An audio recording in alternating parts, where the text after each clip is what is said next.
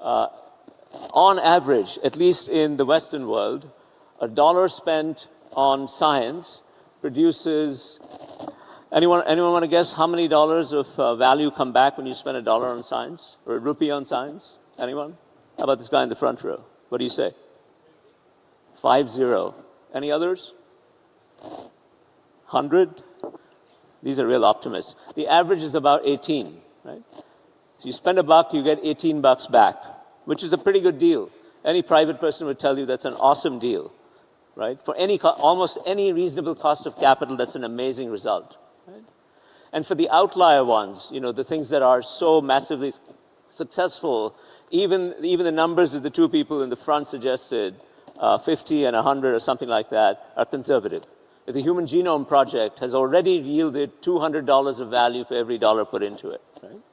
The challenge for us is that our policymakers, we had one of our policymakers here just now, I think right before me, our policymakers and even our political classes have very short electoral horizons, right? This is what I mean by scientific consensus, societal consensus.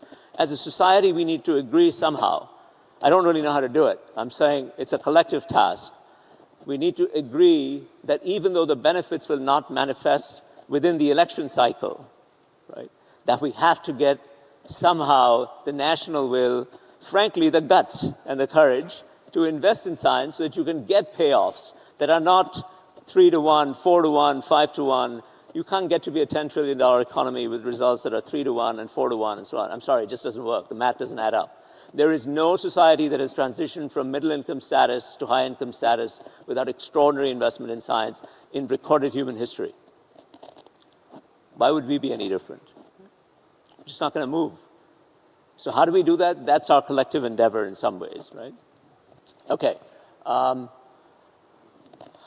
People know about BYD. Has anyone heard of BYD? A lot of people, okay. World's biggest electric car company now. Completely by serendipity, I happened to go to BYD soon after it was born. Okay? It's about 30 years old now. No plans, I just happened to be in Shenzhen at the time and went to see it. And at that time, it was a battery company. But even at that time, in the showroom, I remember, not the founder, but somebody in the early days, took us around and said, eventually we're going to make these electric cars. And 25 years ago, the idea of an electric car was something very futuristic, Isaac Asimov-like. But this guy was already saying, I've just about made a battery, but I'm thinking 20 years from now, I'm going to make an electric car. And you know what? Here are all the research papers we're writing today, so that 20 years from now, that's a time horizon. That's a time horizon, right? The second thing I want to say about BYD is, I put up on the left, public infrastructure. Remember the point I just made, that you need the infrastructure. BYD has completely leveraged and contributed to the public infrastructure in Shenzhen over the years. I just put some examples up here. The national EV policy, the city of Shenzhen, the infrastructure that they had to develop to allow electric buses to move, and so on and so forth. So this is a development that has happened to make it the largest car company in the world by far. Not quite the most valuable because of the differences in the capital markets in the US and China.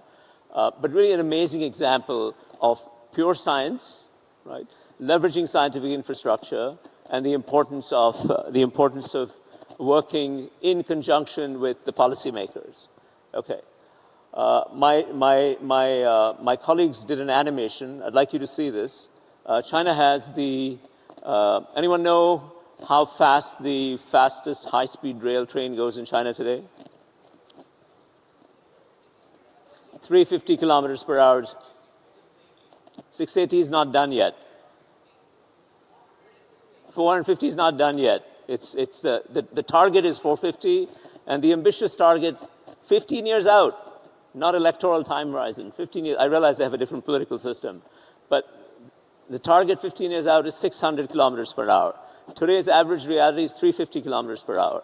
I take the Amtrak Acela, which goes from Boston to Washington routinely through New York City, and it struggles to get to 150 kilometers per hour. Right? It struggles. The Chinese trains are at 350. You know where all this started from? It started from an academic paper